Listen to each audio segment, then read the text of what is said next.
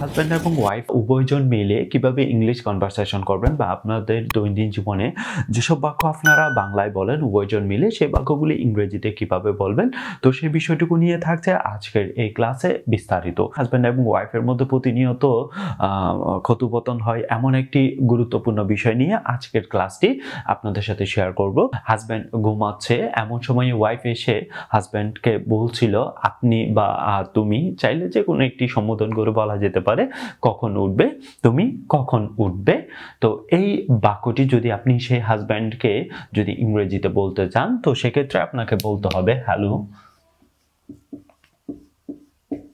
when will you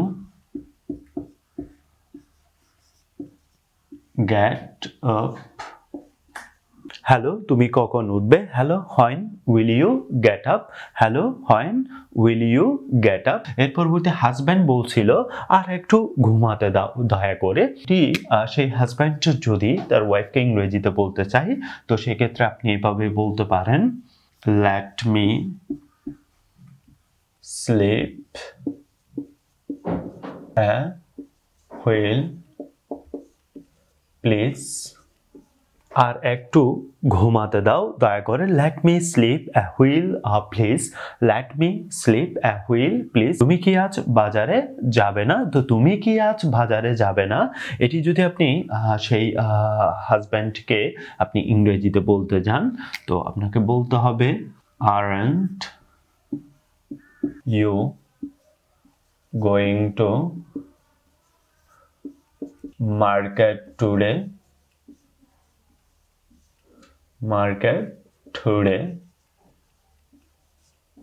তুমি কি আজ বাজারে যাবে না?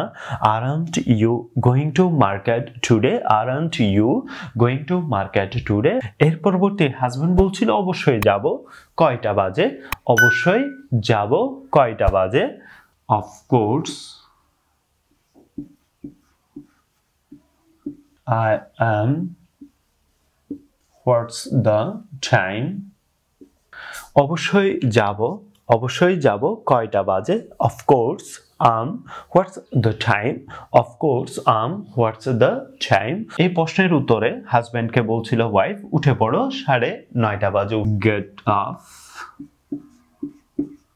it's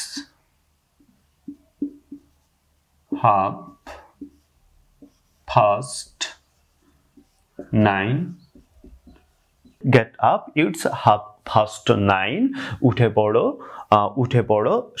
9:30 বাজে। get up, it's 9:30। হাজব্যান্ড বলছিল ওহ 9:30, তো 9:30 এটি যদি ইংরেজিতে বলেন আপনাকে বলতে হবে ও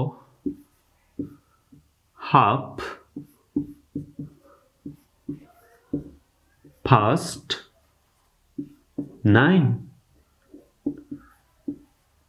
ও 9:30।